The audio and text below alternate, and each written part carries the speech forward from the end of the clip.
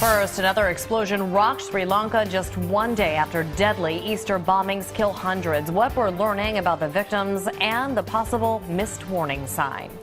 The victims include several Americans. Good evening, everyone. I'm Jessica Cartalia. And I'm Natasha Brown in for Yuki, Washington today. There was more chaos today in Sri Lanka just one day after a terror attack there killed nearly 300 people. Today, police went to check on a van when they discovered a number of explosive devices inside.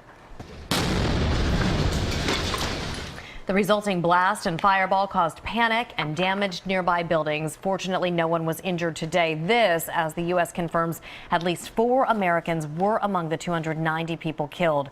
There are reports Sri Lankan security forces were warned days before the attack that churches could be targeted, pointing to a potential intelligence failure. We must also look into why adequate precautions were not taken. It's not just an attack, it's a very gruesome attack on humanity.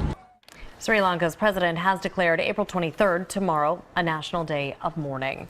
The shockwaves of this terrorist attack are traveling to our area, and Philadelphia has unique diplomatic ties to the country. Eyewitness News reporter Joe Holden joins us live from Center City with that part of the story. Joe? Good afternoon. Much is being made about those potential missed warning signs. But for those with those ties to Sri Lanka, they are just anxious to hear word about if they know anybody who was impacted. In an office 22 stories above Center City, David Sherman will just have to wait on word from personal and professional connections in Sri Lanka. I have yet to hear whether anybody has been directly affected, but it's a small country. It's a country of 22 million people. And it's a very insular country where people know each other. Sherman, an attorney, is honorary consul of Sri Lanka.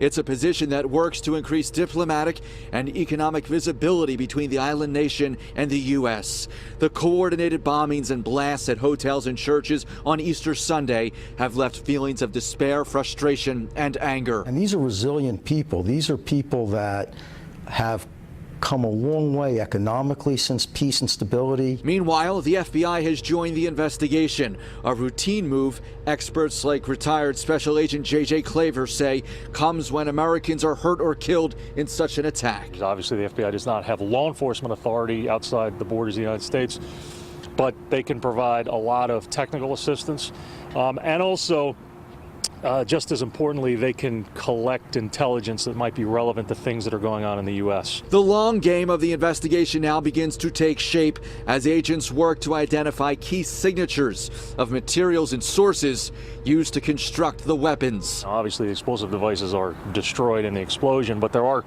components and chemical traces that can lead very important clues as to who made this. And any type identification and resulting analysis, we are told, could take months, if not years. That's the story live in Center City. Joe Holden, CBS 3 Eyewitness News. Joe, thanks. Stay with Eyewitness News for continuing coverage of the terror attacks in Sri Lanka. When we aren't on TV, you can always find the latest developments on CBSPhilly.com.